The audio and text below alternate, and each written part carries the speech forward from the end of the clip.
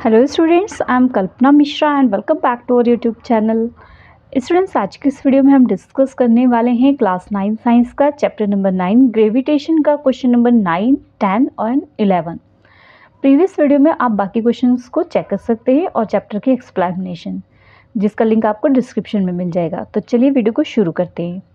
Question number 9 है हमारा, what do we call the gravitational force between the earth and an object. मतलब आपको यहाँ बताना है कि हम उसको क्या कहेंगे अगर ग्रेविटेशन फोर्स जो है अर्थ पर और एक ऑब्जेक्ट के बीच में लग रही है तो हम उसे क्या कहेंगे। तो उसका आंसर है gravitational force between the earth and an object is known as the weight of the object. देखो बच्चे, जब भी ग्रेविटेशन फोर्स ऑब्जेक्ट के जो है ऑब्जेक्ट के साथ ऐड होती है, मास के साथ ऐड होती है, तो उसे हम वेट कहते हैं। ठीक है, हम इसको आगे फॉर्मूला भी लिख सकते हैं कि W इज इक्वल टू क्या होता है, m मास मल्टीप्लाई ग्रेविटेशन। मतलब किसी ऑब्जेक्ट का अगर आपको वेट पता करना है तो उसका मास और ग्रेविटेशन आप ऐड कर दोगे तो वो उस ऑब्जेक्ट का क्या हो जाएगा, वेट हो जाएगा। तो सेम ये क्वेश्चन आपको बोल रहा है कि अगर ग्रेविटेशन फोर्स लग रहा है अर्थ और ऑब्जेक्ट के बीच में तो आप उसको क्या कहोगे। तो अर्थ और ऑब्जेक्ट के बीच में अगर ग्रेविटेशन फोर्स लग रहा है तो हम उसे क्या कहेंगे, वेट कहेंगे। आप ये फॉर्मूला भी लिख सकते हो। नेक्स्ट भी काफ़ी इंपॉर्टेंट क्वेश्चन है, इसको देखते हैं हम। नेक्स्ट क्वेश्चन है हमारा question number 10, Amit buy few gram of gold at the pole. देखो क्या होता है, हमारी अर्थ जो है कुछ इस तरीके से ओव्यूल शेप में, ठीक है, मैं थोड़ा सही नहीं बना पर समझ लेना, ओव्यूल शेप में। तो ये जो हिस्सा होता है हमारा, ये पोल होता है, और ये जो हिस्सा होता है हमारा इक्वेटर होता है। ये पोल है, ये इक्वेटर है, ठीक है। तो यहाँ पर क्वेश्चन है कि अमित ने बाय किया कुछ गोल्ड, कहाँ पर, पोल पर। इंस्ट्रक्शन के अकॉर्डिंग उसे अपने फ्रेंड को देना था, और सेम जो गोल्ड उसने खरीदा वही अपने फ्रेंड को हैंड ओवर करना था जब उससे मिला। ठीक है, कहाँ पर हैंड ओवर करना था, इक्वेटर पे, और ख़रीदा उसने कहाँ पर है, पोल पे।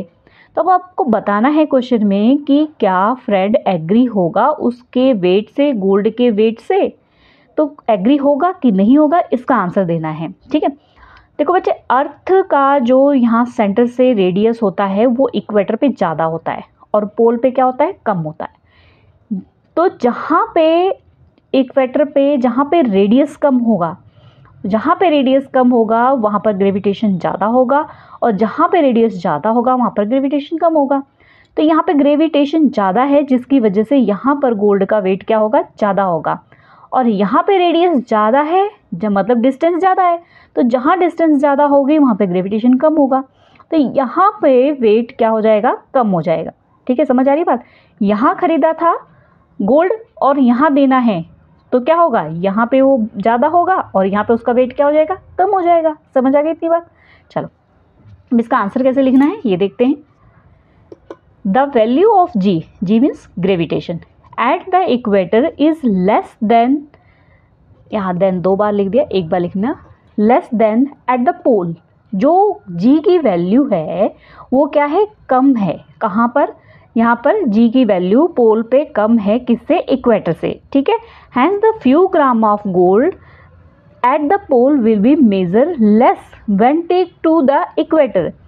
तो जब वो इक्वेटर पे उसको लेंगे तो उसका कुछ पार्ट, मतलब कुछ वेट उसका क्या होगा, कम होगा, जिसकी वजह से उसका फ्रेंड जो है उसके वेट से एग्री, उसके खरीदने में उसके वेट से एग्री नहीं होगा। समझ आ गई ना इतनी बात, बिल्कुल सिंपल सा है। जो जी की वैल्यू है वो इक्वेटर पर कम होती है और पोल पर ज़्यादा होती है, जिसकी वजह से जब अपने फ्रेंड को इक्वेटर पे देगा तो उसका फ्रेंड जो है उसके वेट को लेकर एग्री नहीं होगा। ठीक है, नेक्स्ट क्वेश्चन है, ये इंपॉर्टेंट क्वेश्चन है और नेक्स्ट क्वेश्चन भी इंपॉर्टेंट है। नेक्स्ट हमारा question number 11, why will a sheet of paper fall slower than one then is crumpled into a ball.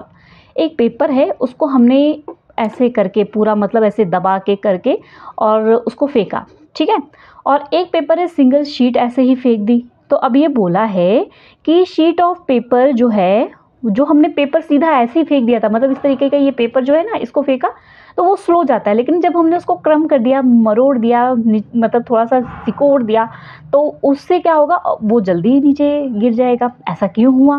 तो देखो, when a sheet of paper is crumpled, जब हमने उसको क्रम किया तो उसके बाद क्या होगा, वो एक तरीके से बॉल सा बन गया, ठीक है। देन इट्स डेंसिटी इंक्रीज, और इसकी वजह से उसकी डेंसिटी क्या हो गई, इंक्रीज हो गई। अब डेंसिटी इंक्रीज हो गई तो जो रेसिस्टेंस है वो मोशन का, वहाँ पर एयर की जो रेसिस्टेंस थी, मतलब एयर को रोकने की जो कैपेसिटी थी, वो क्या हो गई, कम हो गई। रेसिस्टेंस मीन्स रुकावट। तो जो हवा उसको रोक रही थी ना, उसकी जगह क्या हो गई, कम हो गई, और वो क्या हो गया, शीट ऑफ पेपर के अकॉर्डिंग वो जल्दी गिर गया। देखो क्या होता है, मैं एक डायग्राम ऐसे बताती हूँ आपको। ये हमारा मान लो शीट ऑफ पेपर है, ठीक है, और ये हमने जो था क्रम किया था। तो अब यहाँ पर देखो, एयर का अगर हम रेसिस्टेंस देखें तो कितना ज़्यादा लग रहा है ना, इतनी जगह पे एयर उसको रोक रही है। और जब ये नीचे गिर रहा है तो इसको सिर्फ कितनी जगह रोक रही है, इतनी सी जगह पे रोक रही है। तो जहाँ पर एयर का रेसिस्टेंस कम होगा वो चीज़ जल्दी गिरेगी, और जहाँ पर एयर का रेसिस्टेंस ज़्यादा होगा वो लेट गिरेगी। इसीलिए एक शीट पेपर की जो है वो लेट गिरती है, और क्रम कर दिया तो वो जल्दी गिर जाती है, ठीक है। ओके स्टूडेंट्स, वीडियो अगर थोड़ी भी हेल्पफुल होती है तो वीडियो को लाइक शेयर करना, चैनल पर नए हैं तो चैनल को सब्सक्राइब करना। मिलते हैं नेक्स्ट वीडियो में, बाय।